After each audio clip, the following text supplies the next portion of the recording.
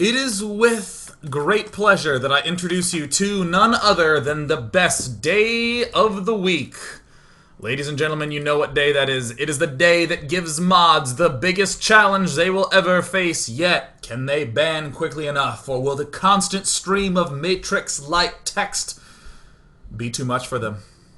Find out today on Monday, February 25th, 2013, on the best day of the week, Funday Monday! Welcome to the Day 9 Daily, where ordinarily we'll learn to be a better gamer, but on Mondays we dick around. We dedicate as much time as we can each Monday to thus around dickery. It is about 90 minutes beginning now. I have no water left in this cup except for that bit that just poured onto my pants. I now have a slightly chilly penis.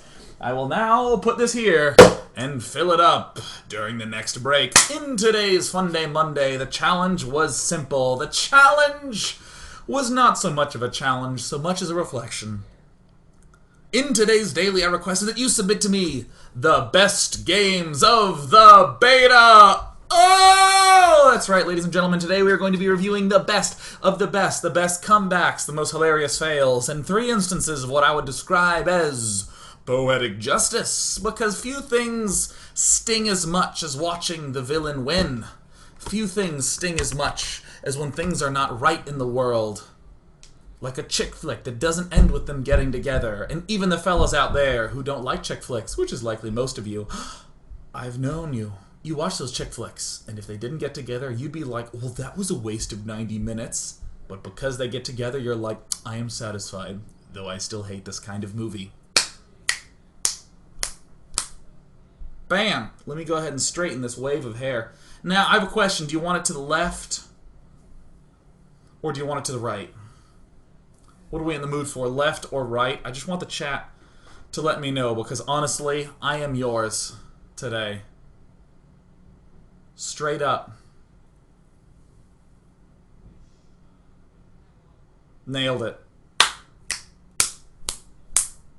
Just a little bit about the basic schedule coming on up. We have a daily tomorrow, Wednesday, and Thursday. On Friday, the beta servers go down, and I'll be doing Day 9's day off, playing Magic the Gathering online. You might think that on Monday, Tuesday, Wednesday, and Thursday of next week that there will be no content. Because the beta servers are down, but don't worry, calm down, relax. I will be showing the games from the King of the Beta, featuring such players as Pulp, Minigun, Grubby, TLO, Idra, Cats, White Raw, and Morrow. These 8 players will be duking it out against one another, the finals of which will be casted on the episode that will be in 2 weeks' time. The countdown party for Heart of the Swarm. Oh. So those will be starting not this week, but next week.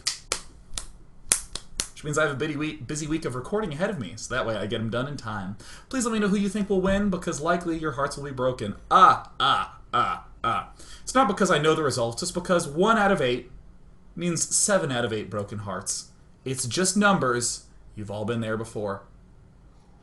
So without any further ado, we have plenty of games to get into today. Very often the dailies Funday Mondays consist largely of storytelling and, of course, around dickery. This will be occurring in copious amounts today, but I wanted to hop right into the game to show something that I would consider to be one of the best beta moments of all time, some poetic justice, between DC Anubis, up in the top right-hand corner, and the fellow down in the bottom left, Speaker Joey Ray. Now, I don't know if SPKR specifically stands for Speaker.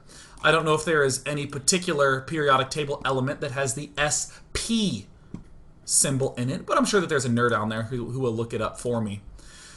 Now, when both players do this sort of scout, it's a little bit brave. I just want to note, pylon number 1 for DC Anubis goes down at 9 of 10, and yet he has passed a probe in the middle of the map, and yet he has sent a probe out into the middle of the map.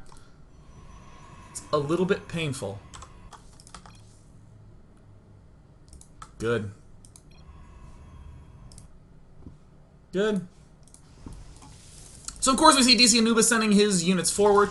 We see pylon number 2 from Speaker Joey Ray. Oh me, oh my, oh what the heck. And here it is going down in the bottom left. I think this is a little bit an interesting fact. Most cannon rushers build their forge here. Not because it's good or because it's bad, but because there's exactly one place that we can focus when we have that one probe, and that's right in his base, planning down the forge. Now, DC Anubis, interestingly, despite scouting the probe, thinks that this is Zerg versus Protoss. He's going ahead and going for the pylon, forge pylon at the front. He's going to be building a gateway to follow it up. Now, I'm sure many of you know, right away, DC Anubis is not your GSL Code S player. Many of you have seen a build like this before, and you'd never want to do it again, would you? Pylon, forge, pylon, gateway? Now, many of you, I know many of you, will likely be beginning your criticisms. Many of you will likely be saying, oh, he will never get into the GSL with that. DC Anubis does not represent the players who are trying to get in the GSL. DC Anubis represents you and me. He represents the everyman. Everyman has done a build that might be suboptimal. Now, perfect. I want to show you what it means to have heart. I want to show you what it means to be a little bit of a poetic justice speaker. DC Anubis, chrono boosting away, getting many probes, still has the lead in one of these things. Yes, 19 to 13. Oh, 20 to 13. He has almost 50% better economy. How excellent. And this is always a bad feeling when you go to kill off the frontal cannon and you spot another cannon. Oh my god! Now, if any of you remember one of the first Funday Mondays ever, there's a base in my base. Oh my gosh, and how did that joke go? Well, it's pretty much what Season 7 of Lost could have been had the writers still tried to milk that puppy for all it's worth. What if the base that they're all located in has a base inside of it? They would never expect a base in their base. And that's when the network was like, 6 seasons is perfect. Just chill right there. We like 6 seasons. John Locke is not nearly as emotional as the rest of the characters, but still quite emotional. We don't want to see him cry anymore. So DC Anubis, in the midst of incredible pressure, decides to build some photon cannons of his own, but oh no, the photon cannons are going to warp in with absolutely no power. It's like that kid in high school who tried to be a baller and get a car too expensive for him so that he couldn't actually afford paying for gas. I knew one person it happened to, and that's enough for me to make a joke about it. In the top spot, we have this pylon not necessarily powering these cannons, but certainly powering something. DC Anubis, though, not giving up, never surrender. Up in the top left-hand corner, we see DC Anubis with a Nexus. Cannon Rush, the movie, coming up now, because what's the best thing to serve the enemy? A taste of his own medicine. That's right. We see Speaker Joey Ray getting a Zealot up, sending it back to mine. He has a single pylon here. But if you have one pylon, it's okay so long as you can get 2 cybernetics cores. This is going to allow him to both get +1 air weapons and warp gate at the same time. Now, DC Anubis, in this cautious moment, is doing a long-distance cannon rush. A long-distance cannon rush. This is the experience of trying to have a conversation with someone who's at the other end of the lunch table. You just gotta sneak up on them. Now, of course, Speaker Joey Ray says these buildings are a significant threat. We may as well just continue building cannons nearby it. And this choice may very well be what lets DC Anubis get back into the game. He's lost his forge, though. He'll eventually lose this forge, though, so he's going to go ahead and rebuild the second one. And here it is. Photon cannon number 1. Uh-oh.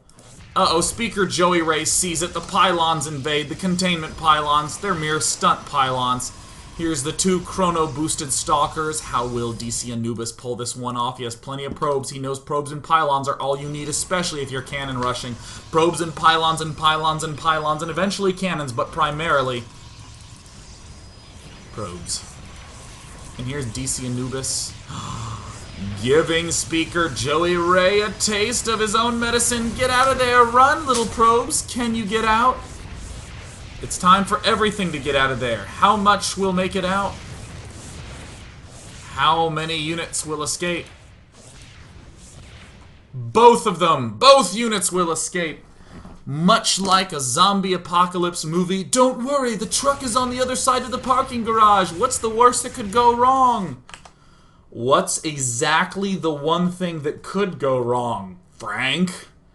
God, Frank, just because you have a mustache and owned a gun collection at home in your suburban house doesn't mean you're qualified to make decisions for 8 people's lives.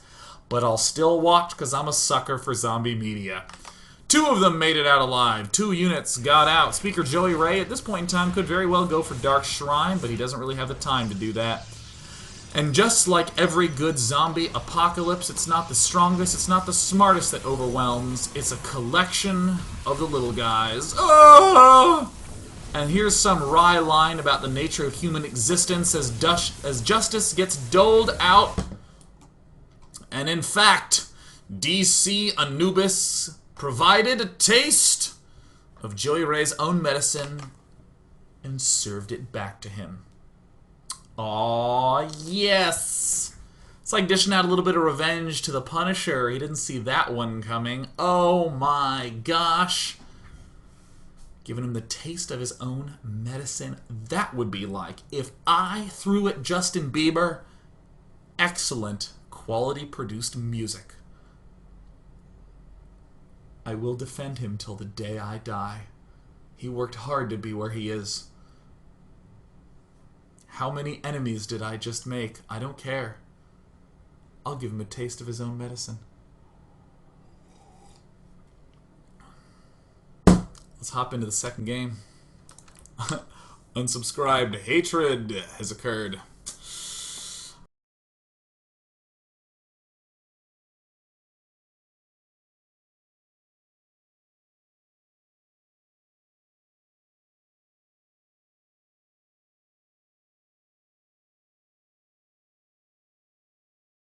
What about now? Do we get some sound back? Don't worry about it. We're going to open up another game.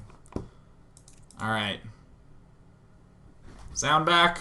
Should be back. Hoping it's back.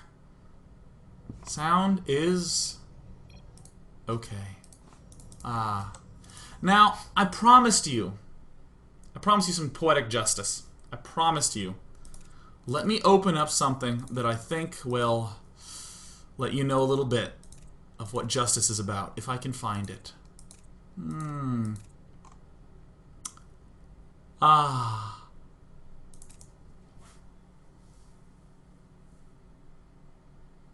Up in the top right-hand corner, a man who's made it to the daily before. Arbitrary symbols, number 509. Down the bottom left is a man known as Inked Warrior. Inked Warrior is the hero of the day. Love Dat Inked Warrior. He's spawning down in the bottom left-hand corner, and he's going to do a type of build that looks inappropriate, but might very well be the key to success. Now, I'm sure some of you have encountered a player like this on the ladder.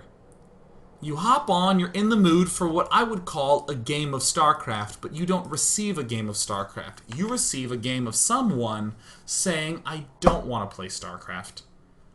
I'm just here to be called a winner, whatever it takes. These are the people who in Magic the Gathering play only red decks. Yes, I'm here not to make decisions. I'm here to just turn things sideways and decide that I'm good at Magic. Why even play if you're going to go mono red? Seriously, right? It's like the people who play that girl with the pipes in the old Sega Saturn game Last Bronx. She had a move that you could do when the player was knocked down that would knock them back down that you couldn't block. What? Who does that? It's like someone who uses mules. Right, people from early beta of 2010 Who designed mules? Early beta 2010. Oh man, how things change. Now, mules in early beta 2010 were the big pain. People didn't know what to do because that Terran player would have an extra 3 Marines, which was total bullshit if you think about it. And that was their whole argument. If you think about it, Terran has more money, and that must be the only reason it's unfair. Anyways, now I'm sure some of you encountered this on the beta. Now, what is the beta strat? What is the beta strat that people are upset about? I'm waiting for it, chat. I'm waiting for it. What is the thing that upsets people the most? What is it that makes people cry? What is it that gives Protoss, Terran, and Zerg nightmares all alike? I'm waiting. I'm waiting. Not the Widow Mines. Not the Widow Mines. Yes. Some of you have said it. It's not Widow Mines, it's not Banshees. And interestingly, it's not even Marines. Now, here we go. Number 509 represents a person who heard a strat once upon a time and has decided, I guess I now know what I was born to do. Of course, down in the bottom left, you see this creative build from Inked Warrior as he's trying to protect himself from Reaper harassment. He's going for a double gate Forge expand with a little bit of a contained wall off. Has to worry about this back flank, but yet still has an early expand. Up here, number 509. What do ye? What do ye? What do ye? Ah, yes, an armory. Ah, yes. Oh, yes, he's getting some Hellions. He's getting an armory. Oh, I've seen this before. It was typed by someone who pushed way too hard on the keyboard when he wrote about it. He didn't gently say something like, hey, has anyone else figured out a way to defend the Hellbat? It was with someone who didn't utilize the caps lock, but who held the shift button down with both pinkies, who said, what the fucking Hellbats? Hellbats! I mean, honestly, if you've ever been to the Team Liquid forum, thanks, Blizzard, sarcastically, one of these people who just, you know, if any of you have ever played God of War 3, there's an interesting sequence at the start where I believe it is Poseidon. And what we do, I actually have, how convenient, I have this PlayStation 3 controller right here, where it asks you to push in both of these buttons, and you push it in like that, and at that point, Kratos shoves his thumbs into the eyes of Poseidon, just like that. I'm serious, I'm not joking, just go look at a Let's Play, just as, and that is what I always picture when someone's holding down the shift button writing about Hellbats. Now, it's interesting, because technically the Protoss player could put some stalkers there to deflect. But instead, and of course, upon seeing people get that mad, there's this person who steps on in and goes, oh, maybe I should build Hellbats? And all the other Terran players are like, yup. Or they're like, yo.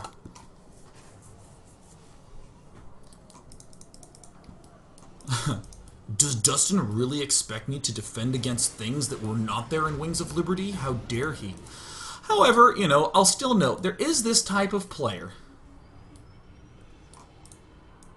who reads upon the forums, what is the tactic that I must do to win? We see Inked Warrior walling off his back, photon cannons, robotics facility, photon cannons, a +1. Oh, there's the lull, a cruel and bitter lull, a wicked lull, an unfair lull. Probes, oh.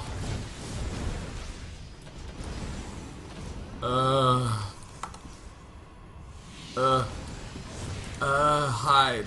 We have a cannon. Hide. Hide. And much like in the zombie movies when they instruct the civilians to head towards Atlanta or another major city because they'll be easier to protect, These poor probes, all they wanted to do was do their job, to stay alive, to get to tomorrow. But random symbols number 509 will never let that.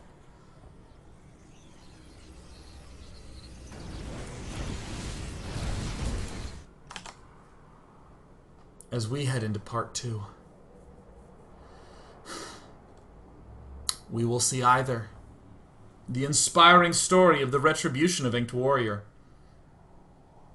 or we'll see more awesome games. Stay tuned, Funday Monday Part 2 coming up in 3 short minutes.